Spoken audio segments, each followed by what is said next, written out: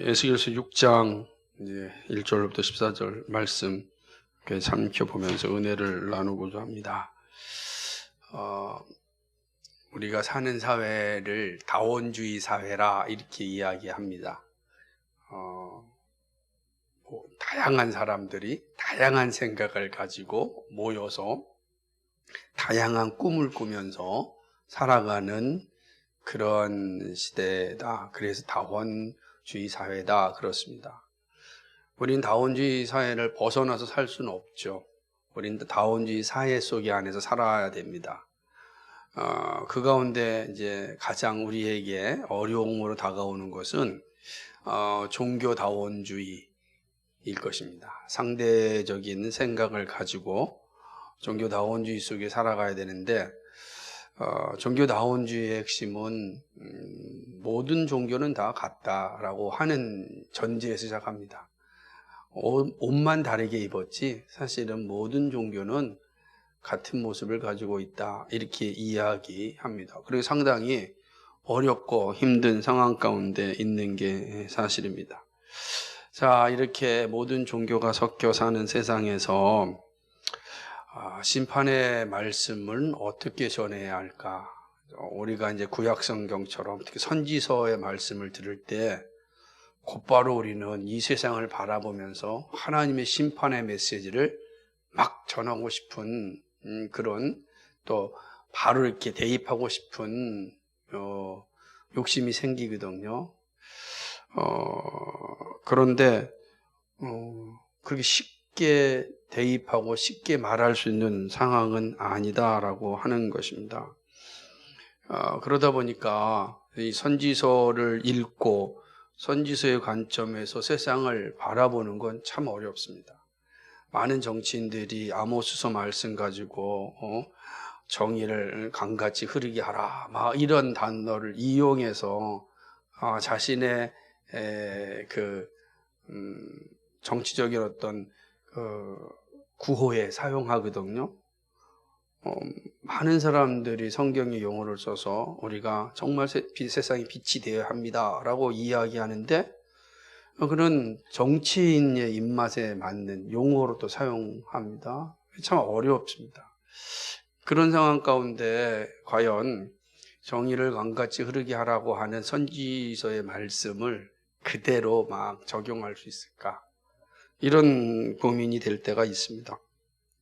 그래서 선지서는 이게 너무 어렵고 힘드니까 그냥 가볍게 지나가고 잘 읽지 않고 그냥 곧바로 신약성경으로 가서 어떤 신약성경은 그래도 조금 쉽게 느껴지고 예수님의 사랑, 예수님의 어떤 그 은혜를 이야기하니까 신약성경으로 다 넘어가는 일들이 종종 있습니다.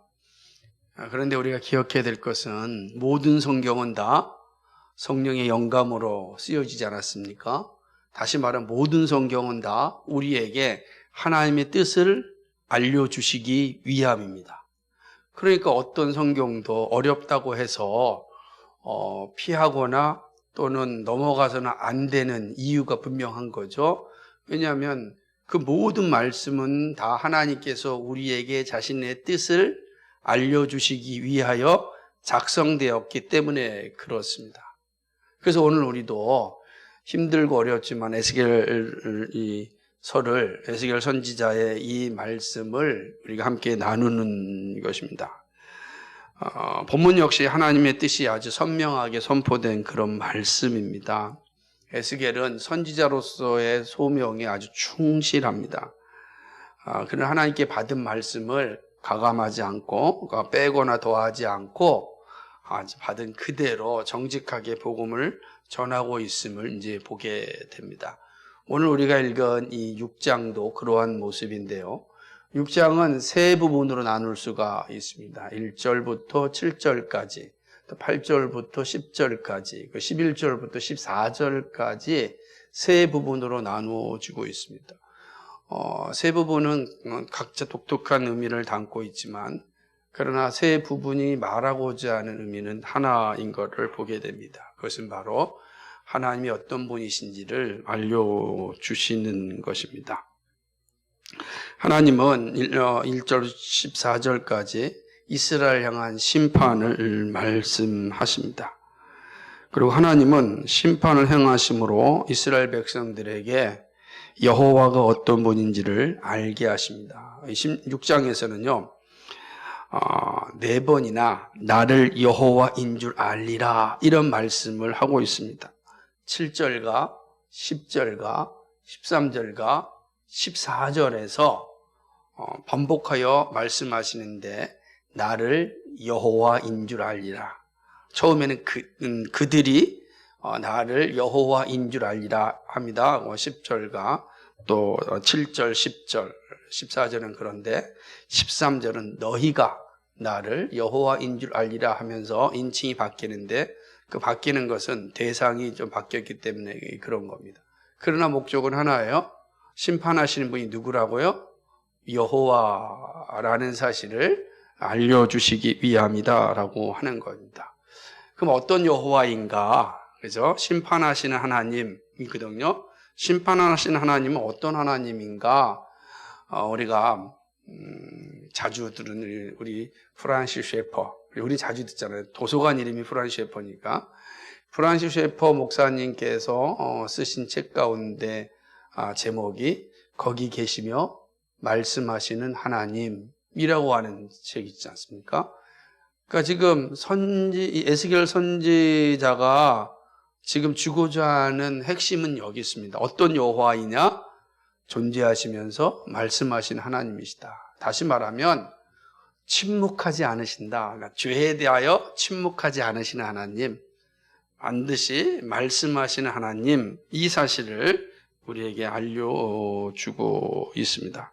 이 말은 하나님은 돌덩이와 나무와 어떤 철, 덩이와 같은 그런 생명 없는 존재가 아니다라고 하는 거예요. 살아계시면서 존재하시면서 말씀하시는 분이시다라고 하는 거죠. 하나님은 선지자 에스겔을 통하여 이 사실을 이스라엘 백성들에게 명확하게 가르쳐주고 있고 동일하게 우리에게도 그 말씀을 가르쳐주고 있습니다. 이스라엘 백성들이 들어야 할 말씀은 하나님께서 이스라엘에 있는 모든 산당을 칼로 없앤다는 말씀입니다. 이스라엘의 산을 향해서 얘기하는 게, 이스라엘은 산이잖아요. 산 위의 도시예요. 예루살렘 자체가 산 위에 있습니다. 그리고 그 산 위에는 예루살렘 성전이 있어요. 그런데 성전이 생기기 전에, 다시 말하면 예루살렘 성전, 솔로몬 성전이 생기기 전에 하나님께서 임시적으로 산당에서 제사를 드리게 했습니다. 그렇게 된 거예요. 그러니까 열왕기상 3장 2절을 보게 되면 솔로몬 성전을 짓기 전에 산당에서 이제 제사를 임시적으로 드리게 되는 겁니다. 그러나 성전이 완성된 후에는 더 이상 산당이 있으면 안 됩니다. 왜냐하면 그건 원래 가나안 사람들의 신전이었기 때문에 이제 여호와 하나님을 섬기는 성전이 생겼으니 이제 가나안의 신전들은 다 없애야 됩니다. 그런데 안타깝게도 이스라엘은 예루살렘 성전을 가지고 있으면서 동시에 가나안의 신전들을, 이 산당들을 여전히 가지고 있었습니다. 그래서 이스라엘의 전 역사를 보게 되면 단지 그 수없이 많은 왕들 가운데 두 왕만 산당을 없애려고 무지무지 애를 썼습니다. 히스기야와 요시야, 이 두 왕을 제외하고는 이스라엘의 전 왕들은 산당을 제거하지 않았습니다. 그래서 우리가 열왕기 상하를 읽다 보면은 산당은 제하지 아니하였더라라고 하는 말이 계속해서 반복하고 있는 걸 보게 돼요. 그 무슨 말입니까? 계속해요. 우상 숭배하였더라. 그러니까 하나님과 겸하여서 우상도 섬겼더라. 이런 뜻이에요. 그러니 하나님 마음이 근심이 됩니까? 안 됩니까? 근심이 되죠. 왜? 여차하면 하나님 버리고 우상 숭배하니까. 두 가지를 섬기면 여차하면 이제 하나 버리거든요. 자기의 편한 거, 좋은 거, 쉬운 거, 가벼운 거, 행복하게 만들어주는 걸 찾아간단 말이에요. 그게 지금 하나님의 마음을 근심케 하는 겁니다. 보면 이제 그런 모습이죠. 하나님은 이 산당을 없애라고 그렇게 이야기했지만 이들은 그렇게 하지 않았고 결국 이스라엘이 부패하고 타락한 그 원인이 되었습니다. 하나님의 이 선포는 산당의 제단과 태양상이 파괴될 것을 말씀합니다. 내가 산당을 칼로 없애겠다 그러는데 그 산당에 있는 뭡니까? 제단을 없앨 것이다. 태양상을 다 파괴할 것이라고 이야기하는 것이죠. 오늘 말씀이 있죠. 보게 되면은 4절에 보니까 너희 제단이 황무하고 태양상이 회파될 것이다. 이렇게 이제 말씀하십니다. 그들의 산당에서 섬겼던 그런 우상들을 없앨 것이다 라고 이야기하는 것입니다. 그리고 우상 숭배자들은 심판을 받아 철저하게 죽임을 당할 것을 선언하는 것입니다. 우상을 섬겼던 모든 이들이 파괴될 것입니다.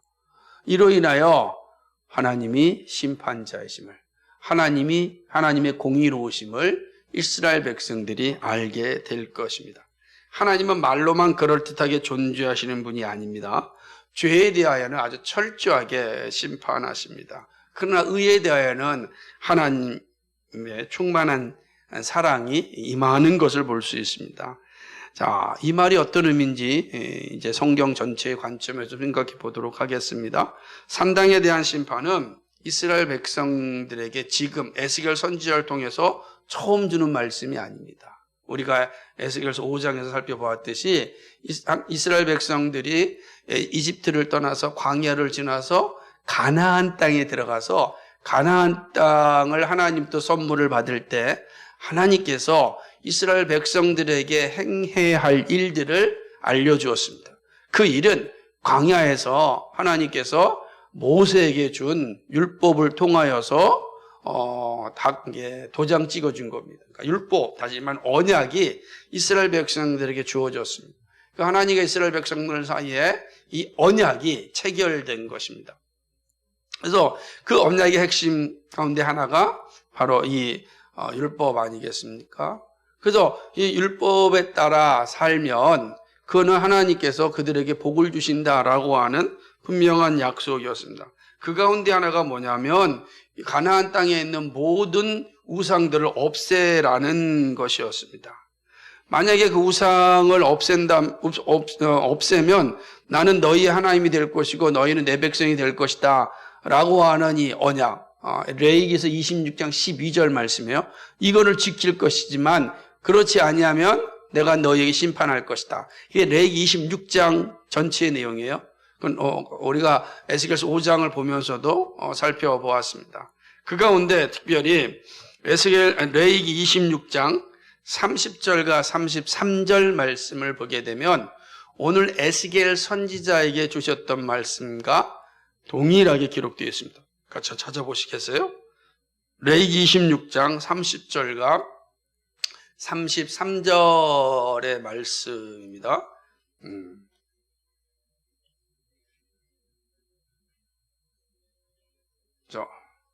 같이 읽겠습니다. 26장 30절 33절 시작. 내가 너희의 산당을 헐며 너희의 태양 주상을 찍어 넘기며 너희의 시체를 파상한 우상 위에 던지고 내 마음이 너희를 싫어할 것이며 내가 너희 성읍으로 황폐케 하고 너희 성소들로 황량케 할 것이요 너희의 향기로운 향을 흠양치 아니하고 그 땅을 황무케 하리니 거기 거하는 너희 대적들이 그것을 인하여 놀랄 것이며 내가 너희를 열방 중에 흩을 것이요 내가 칼을 빼어 너희를 따르게 하리니 너희의 땅이 황무하며 너희의 성읍이 황폐하리라. 아멘. 자, 이스라엘 백성들에게 하나님 이스라엘 백성들에게 가나안 땅에 들어가서 어떻게 살아야 할 것인지를 자세하게 알려주었습니다. 그리고 이 언약을 지키면 복을 얻겠지만 언약을 지키지 아니한다면 내가 너희를 철저하게 심판하겠다 이렇게 말씀하시는 것입니다. 하나님이 이렇게 말씀하시고 그냥 멈추신 게 아닙니다. 그렇죠? 그냥 남겨두시고 끝난 게 아닙니다. 세상에 많은 자연 종교들도 자신들만의 경전을 가지고 있습니다. 그렇죠. 없는 사람이 없잖아요. 그런데 그 경전이 살아 움직이지 않습니다. 그냥 죽은 글자입니다. 하나님께서 지금 말씀하시는 건 내가 여호와인 줄 알리라 라고 하는 그 말씀의 의미에는 나는 살아있고 말씀하는 존재다 라는 것을 알려주시는 거죠. 침묵하신 분이 아니라는 말씀입니다. 하나님의 심판이 임할 때 누구도 피할 수 없음을 우리는 잘 알고 있습니다. 더군다나 하나님의 심판은 참으로 끔찍합니다. 그래서 이 심판을 통하여 하나님이 어떤 분인지 알게 됩니다. 이스라엘 백성들은 이 사실이 명확하게 인식하게 되었겠죠. 그 지금 선지자가 이 사실을 포로 가운데 있는 이스라엘 백성들에게 전하는 것입니다. 하나님은 에스겔에게 손뼉을 치고 발을 굴리면서 악에 대한 하나님의 심판을 전하십니다. 하나님이 어떻게 심판하실까? 그죠? 그것이 이제 11절부터 14절까지. 그러니까 1절로부터 7절까지 하나님께서 우상 숭배하는 이들에게 내가 심판할 것이다. 처절하게 심판할 것이다. 그럼 그 처절한 심판은 어떻게 나타나는가? 그것이 11절과 14절이에요. 11절과 14절은 하나님이 철저하게 심판하겠다라고 할 때 그 심판의 모양이, 심판의 모습이 어떠한 것인지를 지금 말씀해 주고 있는 것입니다. 하나님께서는 선지자에게 손뼉을 치고 발을 굴르면서 하나님의 심판을 집행하라고 이야기합니다. 손뼉을 치며 발을 구른다. 어떤 의미겠습니까? 지금 이스라엘 백성들이 심판받아 처절하게 죽음 가운데 있는데 선지자가 손뼉을 칩니다. 발을 구릅니다. 어떤 내용일까요? 슬픔의 이 손뼉일까요? 기쁨의 손뼉일까요? 우리는 기쁨이냐 슬픔이냐 그 말을, 그 모습을 사실은 본문을 통해서 명확하게 이렇다라고 말하기는 어렵습니다. 그러나 분명한 것은 있죠. 뭐죠? 하나님의 심판은 정당하다. 그러니까 하나님의 심판이 정당하다라고 하는 사실을 이 모습을 통해서 우리에게 보여주고 있습니다. 이스라엘에 대한 구체적인 심판은 5장에서 우리가 살펴보았던 것처럼 바로 칼과 기근과 전염병입니다. 칼, 이방인들에 의하여 가지고 칼로 죽임을 당할 겁니다. 그리고 하나님께서 기근을 내리셔서 기근 가운데 죽음을 당하게 될 것입니다. 그리고 그것에 전염병이 돌게 하여서 사람들이 죽음을 맞이하게 됩니다. 그러니까 칼과 기근과 전염병, 피하여 갈 수가 없는 거잖아요. 왜 이런 표현을 썼느냐 생각해. 칼은 일부만 죽일 것 같잖아요. 근데 기근은요, 전염병은요, 맞아요. 전염병과 오니까 온 이스라엘 전역이 다 하나님 심판을 받는다. 이렇게 말씀해 주는 것입니다. 그러면서 말라기를 12절에 이렇게 이야기하고 있는, 먼데 있는 자나 가까이 있는 자나 다 심판을 받을 것이다. 그럼 먼데 있는 자 가까이 있는 자 무슨 표현이겠어요? 모두 다 하나님의 심판을 받을 것이다. 이렇게 이야기하는 것입니다. 하나님은 우상을 섬겼던 모든 곳에서 다 심판할 거다. 너희가 있는 곳이 나무 밑이든지 아니면 산 위든지 언덕이든지 거기서 너희가 우상을 섬겼다고 한다면 반드시 다 심판받을 것이다. 그러니까 아주 철저하게 우상 숭배하였던 이들을 심판하시겠다 이렇게 말씀하시는 거죠. 하나님은 심판을 통하여 불의와 우상 숭배에 대하여 침묵하지 않으심을 보여주시는 겁니다. 나는 불의함과 우상 숭배에 대하여 결코 침묵하지 않을 것이다 라고 이야기하는 겁니다. 이를 통하여 바벨론 사람들도 이스라엘이 멸망한 이유를 알게 되고 하나님은 심판하시는 분임을 알게 될 것이다. 그것이 13절 하반절에, 그러니까 제가 아까 7절과 10절과 14절에서는 그러니까 그들이 알게 될 것이다 해서 이스라엘 백성들, 그러니까 포로된 이스라엘 공동체가 알게 될 것이다 라고 하면서, 근데 13장을 보게 되면 너희가 나를 하면서 인칭이 변하고 있는데, 이 너희는 바로 바벨론 공동체 사람들도 이제 이스라엘이 왜 멸망하였느냐? 저들이 우상 숭배를 하였기 때문에 멸망하였다라는 것을 알게 되는 거예요. 언약 공동체 밖에 있는 사람들도 언약 백성의 심판을 인식하게 되는 거죠. 그러니까 세상이 교회를 염려한다라고 하는 표현이 바로 이런 모습으로 사실은 이렇게 비유할 수도 있는 것입니다. 그러나 전부 멸망하진 않습니다. 고난을 통과하고 남은 자들이 있습니다. 이 남은 자들은 반드시 고난을 통과한 자들이에요. 다시 말하면 바벨론의 그 모진 고난과 핍박과 그 어려움을 다 견디고 남은 자들, 그들은 많겠습니까? 적겠습니까? 작은 자들이죠. 그 5장에서 보고 뭐죠? 3분의 1 털 중에 일부를 가져왔는데 일부에서 또 불로 태우고 나머지 일부만 남았잖아요. 그 남은 일부, 그죠? 그 일부는 남을 것이다 라고 이야기하는 것이죠. 그것이 8절과 10절에서 주시는 말씀인 것입니다. 8절과 10절은 남은 자들에 대한 말씀이에요. 에스겔서 5장 3절과 4절에서 말씀하셨던 조금 남은 털입니다. 하나님은 칼을 피하여 남은 자가 있다고 이야기합니다.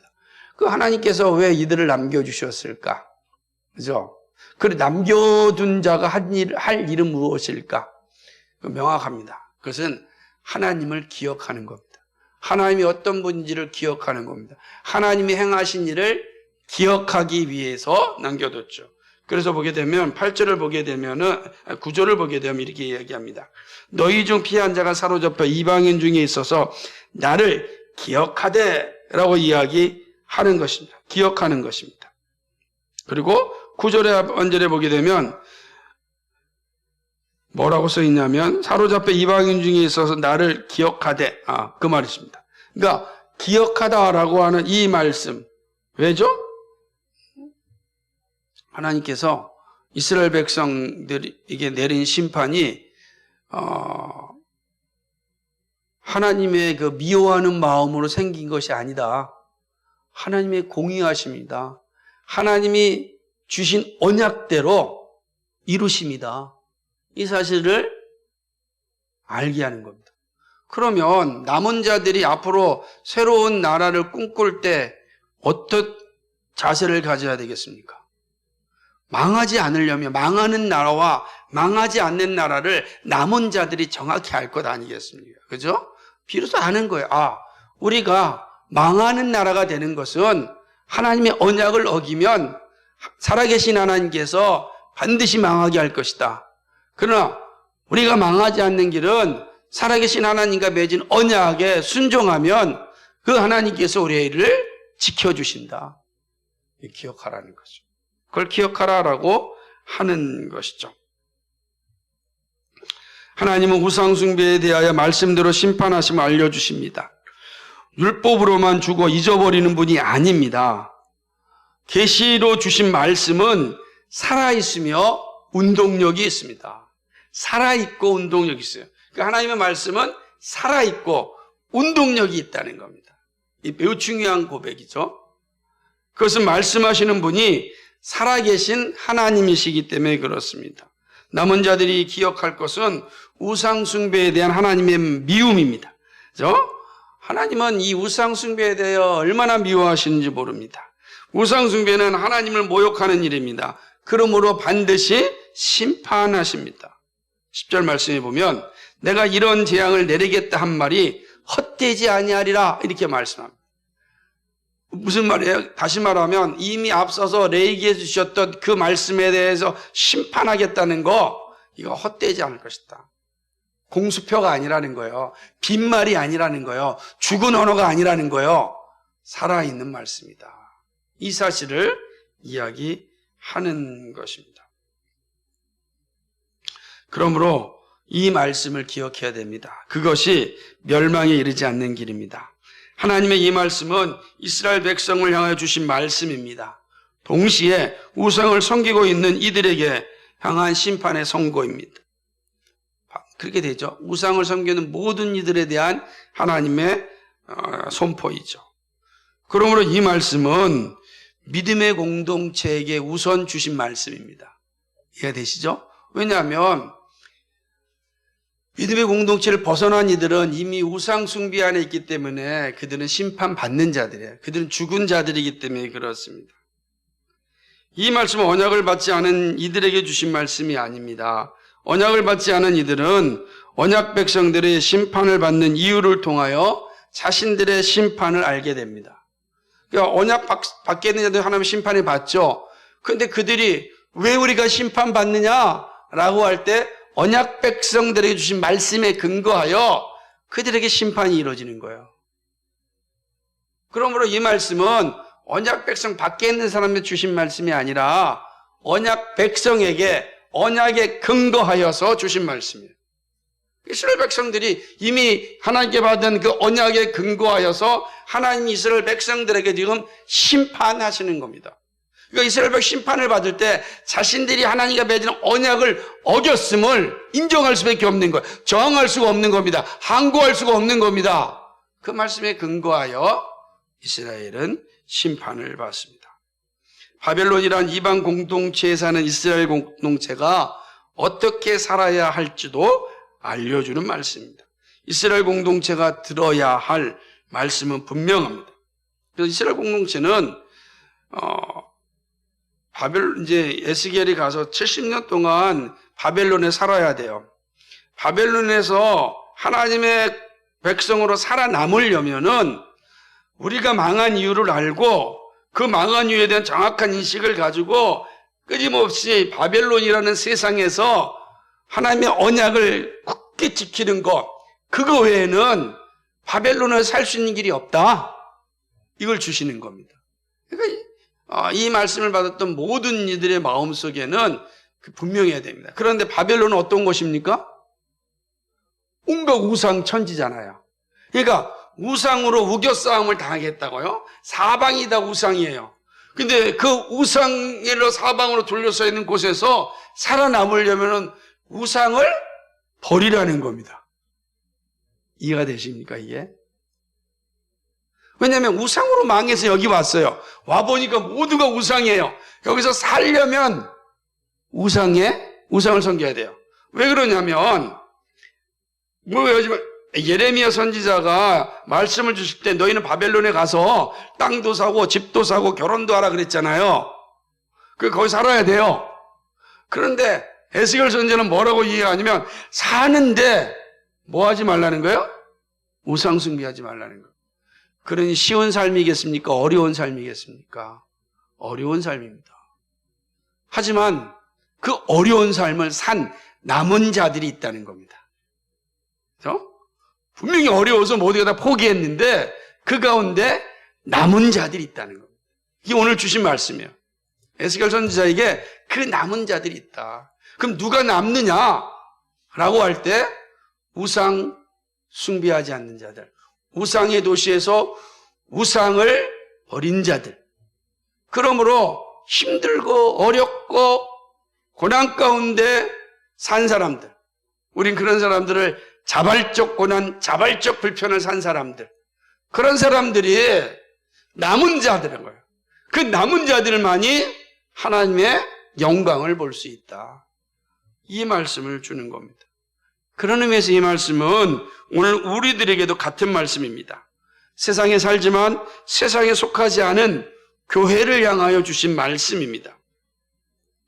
그렇기 때문에 오늘 이 에스겔 말씀은 지금 우리 교회에 주시는 말씀입니다. 에스겔의 선포를 통하여 그렇다고 우리가 들어야 될 말씀 무엇일까? 지금 우리 교회를 향하여 주시는 말씀이에요. 이게 바벨론 포로 공동체에 주신 말씀 끝난 것이 아니라 그 말씀 지금 이 자리에 있는 우리에게 주시는 말씀입니다. 그러면 우리는 이 말씀이 어떤 것인지 정리해서 우리는 확실히 갖고 있어야 됩니다. 세 가지죠. 첫 번째입니다. 하나님은 살아계시며 말씀하신 분이라는 사실을 우리는 들어야 됩니다. 이스라엘 공동체에 주셨던 말씀 그대로 오늘 우리에게도 주시는데 하나 어떤 분인가? 살아계십니다. 그리고 말씀하시는 분입니다. 우리가 바삐 살면서 잊어버리는 것 가운데 하나가 하나님의 살아계심입니다. 기독교 신앙은 생명 없는 자연 종교와 다릅니다.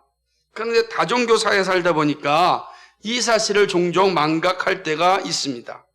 더구나 실시간으로 심판이 이루어지지 않으므로 관습적인 신앙에 빠지기도 합니다. 우리가 가장 많이 겪는 실수죠. 만약에 하나님께서 오늘 즉각적으로 심판을 내린다고 한다면 우리 가운데 예수 믿지 않는 사람이 없을 겁니다.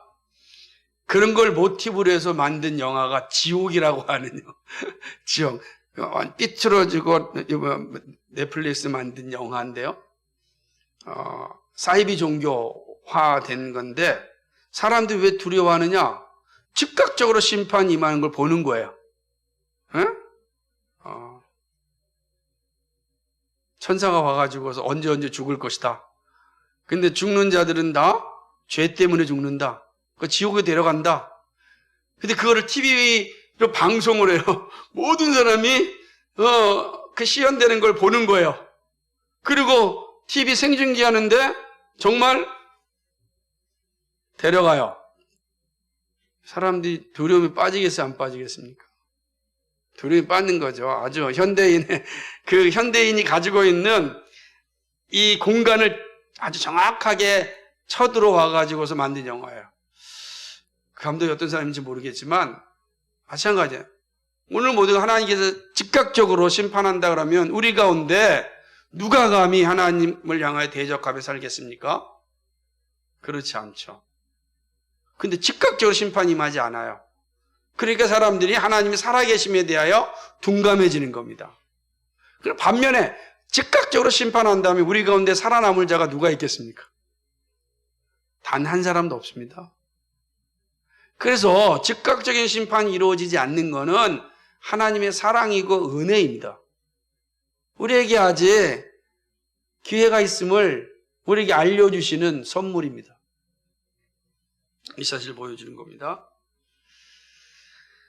그런데 이 살아계신 하나님에 대해서 망각을 하고 게을러지니까 기도도 게을러지고 하나님의 뜻을 알고자 하는 열심도 무디어집니다. 최근에 5060 세대의 신앙생활과 의식조사라는 것이 발표가 되었어요. 12월 14일 날. 근데 거기에 보면 응답자 중에 31.8%가 나는 신앙이 약해졌다. 코로나 시기에 31.8%가 나는 신앙이 약해졌다라고 대답했습니다. 그러면 신앙이 깊어졌다고 대답한 사람은 몇 프로나 될까? 17.3%예요. 그러니까 이게 10명 중에서 한 2명 정도는 안 되죠? 그 사람은 신앙이 깊어졌는데 10명 중에서 4명 정도에 31.8%니까 이 사람도 어떻게 됐어요? 이제는 신앙이 떨어진 겁니다. 그러니까 왜 그렇게 됐을까요? 우리가 지금 이런 시기를 살면 더 깊이 하나님을 의지해야 되지 않을까요? 그런데 영상으로 보니까 인격적인 교제도 없고 긴급성도 떨어지고 그러는 거예요. 그 계속 지속된다고 한다면 31.8%가 아니라 이제 40%, 50%가 될 겁니다. 실제로 2년 동안 10명 중에 한 사람이 교회를 떠났다고 발표가 됐습니다. 코로나 상황이 우리에게 많은 숙제를 안겨주고 도전하고 있는 것을 보게 됩니다. 전 세대가 비슷할 걸 생각해요. 5060 세대가 그랬다고 한다면. 그죠? 가장 그나마 신앙적으로 열심을 내려고 하는 세대가 5060 세대인데 5060 세대가 31.8%가 신앙이 무디어졌다고 한다면 다른 세대는 어떨까? 왜 그럴까요? 저는 이러한 이유가 살아계시며 말씀하시는 하나님에 대한 믿음이 약해지고 있기 때문이라고 봅니다. 선지자는 성경이 기록되고 있는 시대이기에 하나님의 말씀으로 기록되고 있는 시대기에 하나님께서 직접 말씀으로 주셨습니다. 이해가 되시죠? 아직 성경이 완성되지 않았기 때문에. 그러나 우리는 완성된 말씀으로 어디서든지 하나님의 음성을 들을 수 있습니다. 세상에 살지만 세상에 속하지 않는 길은 말씀을 듣는 길입니다. 살아계신 하나님의 말씀을 듣는 것입니다. 하나님의 뜻을 아는 일입니다. 하나님은 죽은 그런 신이 아닙니다. 여기 지금 존재하시며 말씀하시는 분입니다. 말씀하신 대로 이루시는 분입니다. 교회가 사는 길은 이 믿음이 분명함에 있습니다. 이걸 우리에게 주시는 거예요. 우리 교회가 사는 길이 뭐라고요? 살아계시며 말씀하시는 하나님을 믿는 거예요. 확신하는 거예요. 그게 우리 교회가 죽지 않고 사는 길이다. 이 사실을 보여주는 겁니다. 두 번째는 하나님이 계시로 주신 말씀을 기억하는 겁니다. 세상에 살지만 세상에 속하지 않는 교회에서 주님 오심을 맞이하려면 구원과 심판의 이유를 항상 기억해야 됩니다. 자, 거기 계신 말씀하신 하나님을 우리가 믿을 뿐만 아니라 그 말씀을 기억해야 돼요. 아는 거로 끝나지 않아요. 맞아. 살아계신 말씀하신 분이야. 그 말씀이 우리에게 주셨어. 끝나는 것이 아니라 그 말씀을 기억해야 돼요. 이스라엘 백성들에게 언약의 말씀을 주셨습니다. 하나님이 주시는 축복과 심판을 알려주셨습니다. 다 그들은 하나님께 말씀을 다 받았어요. 언약을 받았다고요. 사는 길이 뭐예요? 받은 언약을 기억하면 돼요. 그 받은 언약을 살아내면 되는 거예요. 그죠? 받았으니까. 저 언약은 이방인들이 주지 않았어요. 이스라엘 백성들에게만 주셨다고. 그들이 사는 거는 그 말씀을, 받은 말씀을 기억하는 겁니다. 이 기억한다는 건 떠오른다는 것이 아니라 그 말씀대로 산다는 뜻이에요. 이 단어가. 그런 의미를 가지고 있어요. 기억하고 순종하는 일입니다. 그런데 이스라엘은 그 언약을 잊어버렸습니다. 그리고 결국 심판의 자리에 떨어지게 된 것입니다.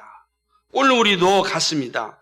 완성된 계시가 우리에게 있습니다. 놀랍죠? 우리는 기록되어지고 있는 계시가 아니라 완성된 계시인 이 말씀을 가지고 있습니다. 더구나 우리나라 언어로 된 그저 계시를 가지고 있는 거예요. 헬라어도 아니고 히브리어도 아니고 대한민국 한글로 된 언어를 우리 가지고 있다고요. 얼마나 큰 은혜입니까? 우리가 지금 21세기에 산다는 게 얼마나 큰 복인지 아십니까? 우리가 여러분 생각해보세요. 종교개혁 이전에는 각 나라에 자기로 된 언어가 없었어요. 유럽에도 그 나라 언어가 없었다고요. 다 겨우 있었던 게 뭐예요? 라틴어였고 헬라 히브리였단 말이에요. 종교개혁자들이 자국어로 성경을 번역함으로 비로소 우리에게 그게 몇 년이에요? 500년밖에 안 됐네. 500년. 인류 역사에서 이 말씀을 자기 나라 언어로 갖게 되고 500년이에요. 근데 우리나라는요. 여러분 보세요. 여러분은 예수님 믿자마자 우리나라 언어로 된 이 말씀을 가지고 있잖아요. 얼마나 큰 복입니까? 얼마나 놀라운 은혜입니까? 하나님의 뜻을 언제든지 알 수 있는 은총을 받았습니다. 그래서 우리가 할 일은 이 말씀을 기억하는 일입니다. 이것이 세상을 이기고 사는 길입니다. 신약성경의 마지막 말씀인 요한계시록의 시작은 이 사실을 분명하게 우리에게 가르쳐주고 있습니다. 우리 요한계시록 1장 1절부터 3절 한번 읽어볼까요? 요한계시록 1장 1절부터 3절 같이 읽겠습니다. 시작. 예수 그리스도의 계시라 이는 하나님이 그에게 주사 반드시 속히 될 일을 그 종들에게 보이시려고 그 천사를 그 종 요한에게 보내어 지시한 것이라. 요한은 하나님의 말씀과 예수 그리스도의 증거 곧 자기의 본 것을 다 증거하였느니라. 이 예언의 말씀을 읽는 자와 듣는 자들과 그 가운데 기록한 것을 지키는 자들이 복이 있나니 때가 가까움이니라. 아멘. 말씀을 기억하고 순종하는 것이 종말의 시대에 멸망의 길이 아니라 생명의 삶을 사는 능력입니다. 늘 말씀으로 찾아오시는 살아계신 하나님을 만날 수 있기를 소망합니다. 사는 길입니다. 마지막 세 번째로는 하나님이 기뻐하시는 교회가 되는 길은 우상 숭배를 죽이는 일입니다. 그렇죠? 하나님은 이스라엘 백성들을 향해 나라가 말한 이유가 우상 숭배에 있음을 알려주셨습니다. 우상 숭배로 말미암아 나라에 칼과 기근과 전염병이 왔습니다. 칼과 기근과 전염병에서 벗어나는 길은 회개하고 거룩함을 회복하는 길입니다. 한국교회가 사는 길도 우리 교회가 사는 길도 우리가 사는 길도 같습니다. 우상 숭배를 회개하고 주 예수 그리스도를 믿는 믿음을 굳게 해야 됩니다. 그 교회 안에 있는 산당을 없애야 됩니다. 우리 교회 안에도 산당이 있다면 없애야 돼요. 이 산당을 가지고서는 우리가 하나님의 은혜를 누릴 수가 없는 것입니다. 하나님과 겸하여 섬기는 것을 없애지 않고서는 심판을 피할 수가 없습니다. 우상 숭배는 하나님의 마음을 근심케 하는 일입니다. 하나님과의 관계를 깨트리는 일입니다. 그렇기 때문에 하나님도 우리와의 관계를 깨트리십니다. 우리가 하는 관계 깨버렸으니까 하나님도 깨버리시는 거야. 저는 한국교회가 깊이 회개해야 할 우상, 산당은 돈입니다. 돈의 우상에 빠져 있습니다. 거룩함이 교회의 지도자가 되는 덕목이 아닙니다. 그렇죠? 교회의 지도자가 되려면 가장 중요한 덕목은 거룩함이 되어야 돼요. 거룩함. 그런데 거룩함이 아니라 돈입니다. 규모입니다. 크기입니다. 사람들이 이렇게 얘기합니다. 일을 하려면 돈이 있어야 한다고 말합니다. 일을 하는데 왜 돈이 필요합니까? 그죠? 돈이 있는 사람들이 되면 되는 거예요. 그런데 그러지 않죠? 돈을 내었기에 한 자리를 차지해야 한다고 말합니다. 그리고 돈을 낸 만큼 자리를 챙깁니다. 얼마나 끔찍하고 무서운 우상 숭배입니까? 모든 것이 돈으로 통합니다. 그러기에 성도들도 돈으로 모든 것을 기준 삼습니다. 거룩하게 섬기고 감사함으로 봉사하는 일이 없습니다. 낸 만큼 받아야 한다는 생각이 가득합니다. 거룩은 없고 돈만 남았습니다. 하나님의 은혜가 너무 크기에 헌상하고 저는 사라집니다. 이런 믿음이 점점 사라집니다. 제가 냈는데요. 이만큼 했으니까 이만큼 대우를 받아야 되지 않겠습니까? 모두가 돈의 우상에 빠져 있습니다. 아주 그냥 징글징글한 우상이라고 저는 생각합니다. 이거 죽이지 않으면 한국교회도 우리 교회도 우리 자신도 하나님의 심판을 피할 길이 없습니다. 여기에 목사를 비롯한 직분자들이 앞장서고 있습니다. 심판을 피할 길이 보이지 않습니다. 돈을 중심으로 한 각종 욕망이 거룩한 예배당에 가득합니다. 이 산당이죠. 예수님은 분명히 말씀하셨습니다. 돈과 하나님을 겸하여 섬기지 말고 물질을 하늘에 쌓아 놓으라고 말씀하셨습니다. 여러분, 예수님의 말씀을 그대로 받아들일 수 있기 바랍니다. 그런데 지금 한국교회가 이렇게 말씀을 전해도 그대로 받지 못해요. 다 왜곡하여 듣습니다. 그죠? 왜 돈을 하늘에 쌓아 놓으라고, 누구 좋으려고 이렇게 이야기합니다. 얼마나 끔찍하고 얼마나 안타까운 일인지 모릅니다. 왜 그렇게 되었습니까? 교회가 신뢰를 주지 못했기 때문에. 교회에 산당이 너무 많아가지고 그런 거예요. 그래서 하나님의 말씀이 정직하고 있는 그대로 받지 않아요. 그러니까 그 말씀을 그대로 받지 않으니 그 말씀이 내 영혼에 부딪히겠냐고요. 팍 들어와야 되는데 온갖 필터를 거쳐서 들어오니 그 말씀이 내 영혼에 살아서 움직이겠습니까? 너무 가슴이 아픈 거예요. 그렇게 한 원인이 누구에게 있는지 너무나 잘 알고 있기 때문에 더 가슴이 아픈 겁니다. 더 가슴이 아픈. 그러나 여러분 정말 하나님이 주시는 생명을, 그 영광을 받아 누리시기를 원하신다면 말씀을 있는 그대로 받으십시오. 그죠? 설교자와 상관없이 주신 말씀을 그대로 받으시면 그것이 여러분에게 복이 됩니다.